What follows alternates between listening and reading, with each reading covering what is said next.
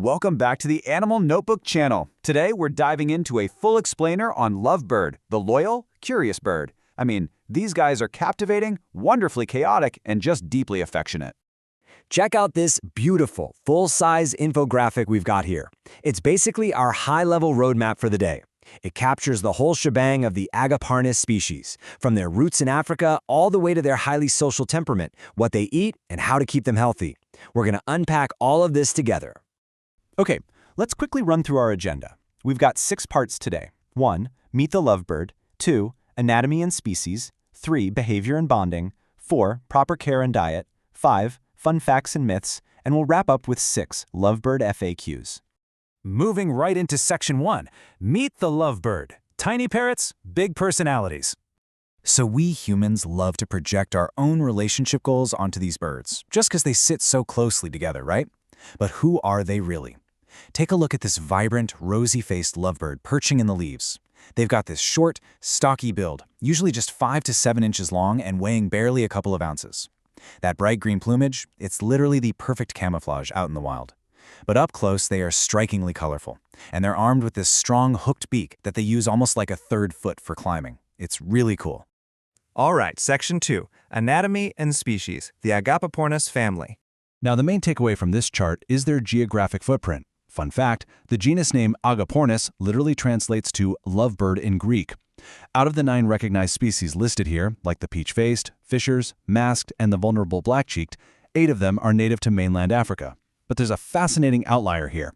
The Madagascar lovebird, also known as the gray-headed lovebird, is the only one native to Madagascar, and it features distinct sexual dimorphism, which basically means the males look completely different, specifically sporting that gray head. Moving on to Section 3, Behavior and Bonding. Relationship counselors with bolt cutters. To really get their behavior, we've got to separate reality from expectation.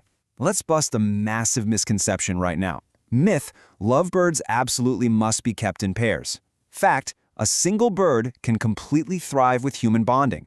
Despite the name, a lovebird doesn't strictly need a feathered partner to be happy. That is, provided you step up and give them enough daily interaction to keep loneliness and boredom at bay. Let's dig into those social traits a bit more. They are incredibly social and form strong monogamous bonds, spending hours doing what's called allopreening, or mutual preening. They're also super smart. We're talking solving simple puzzles and literally figuring out how to pick the latches on their cages. But make no mistake, these tiny feathered chaos generators have an intense territorial streak. They can be fiercely aggressive to anyone they see as a rival. Section 4. Proper care and diet, foundation for a healthy bird. Look at this dietary breakdown, because it shows exactly why you absolutely must avoid a seed-only diet. Feeding them only seeds leads straight to obesity and fatty liver disease. No one wants that. Instead, you need a balanced mix. Think 30 to 40% high-quality pellets, another 30 to 40% seeds and grains, 20 to 25% fresh veggies like leafy greens or broccoli, and keep fruit to a limited 5 to 10% as a special treat. Beyond the food bowl, let's talk about their crib. They need space. We're talking a minimum of a 24 by 24 by 24 inch cage for a pair. You want stainless steel or powder-coated bars to avoid heavy metal toxicity. Give them natural wood perches of varying widths to exercise those feet, daily mental stimulation with foraging toys, and a solid 10 to 12 hours of quiet, dark sleep. Oh, and most importantly, keep them far away from kitchens. The fumes from non-stick Teflon cookware are absolutely lethal to birds. Literally a life or death detail there.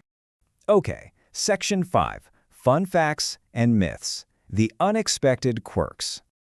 I mean, just look at these quirks. For one, they can rotate their heads nearly 180 degrees to groom those hard-to-reach spots. Also, did you know there are actually feral colonies of rosy-faced lovebirds thriving in the desert heat of Phoenix, Arizona right now? It's true. They even use ultraviolet light, which we can't even see, to check out the plumage of potential mates. But my absolute favorite fact, female lovebirds have a totally unique trait in the parrot world. They actually tuck strips of bark and leaves right into their rump feathers to carry them back to the nest. How clever is that?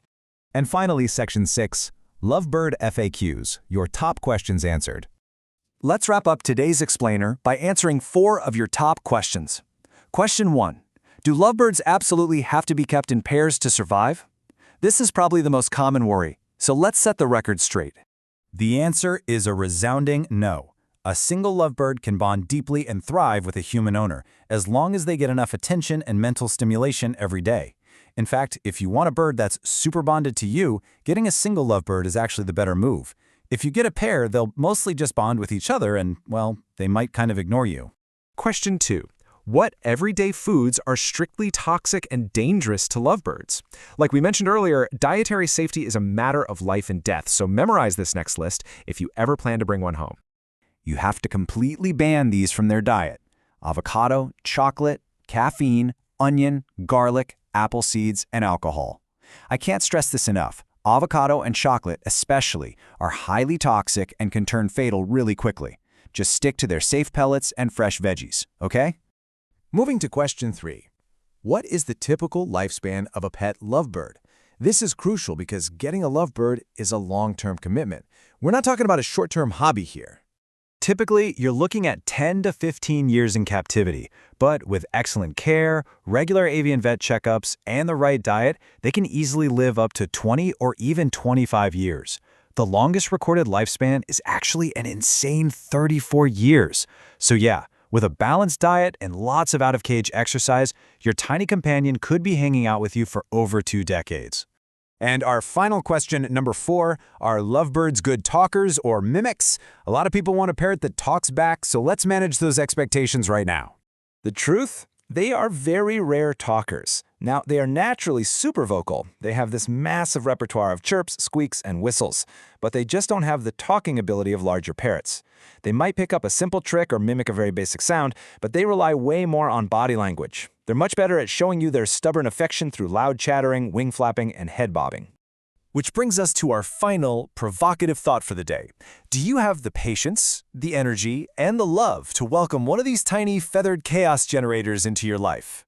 They demand your time, a very specific diet, and tons of attention. But if you are ready for that commitment, these loyal, curious birds make absolutely incredible companions. Thanks so much for joining me on this explainer here at Animal Notebook, and keep learning.